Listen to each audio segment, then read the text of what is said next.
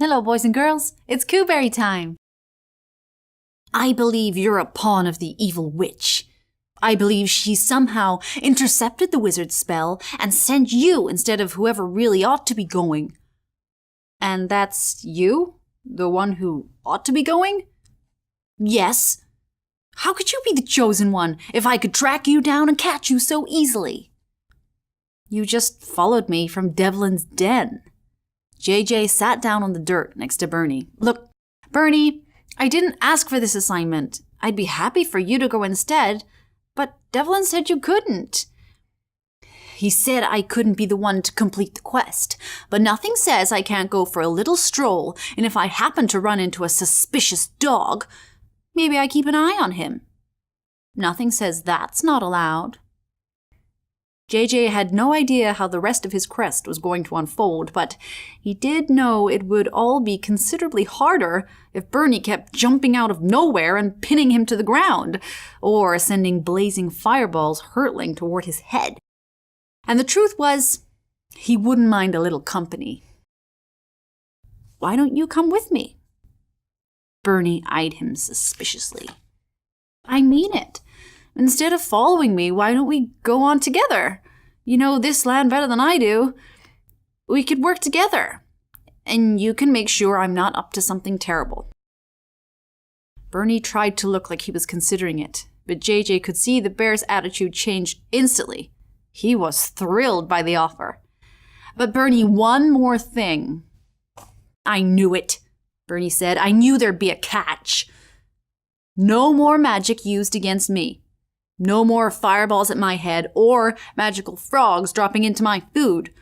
I promise we're on the same side. Bernie nodded. Yeah.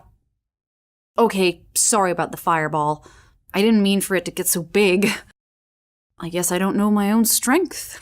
He grinned. Then I suppose we should keep moving, JJ said. I was just planning to follow this road until I came to a fork or something else that seemed important. That probably doesn't sound like the best plan, but Bernie shrugged. Devlin didn't give you much to start with. What are we waiting for? Let's go!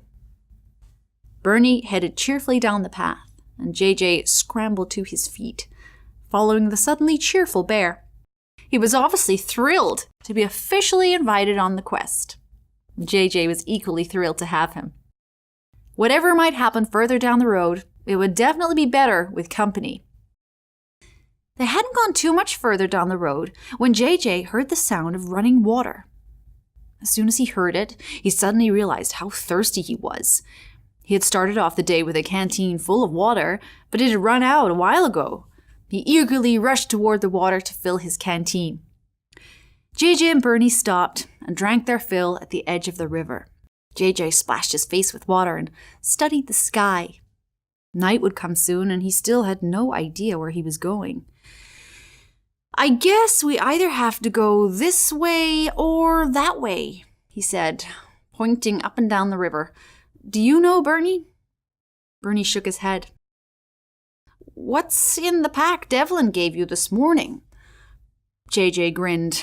I knew you were really awake. He pulled out the pack and reached in, pulling out several pieces of paper. One of them was large and folded. JJ unfolded it and spread it on the riverbank in front of him. That's all for today. See you next time.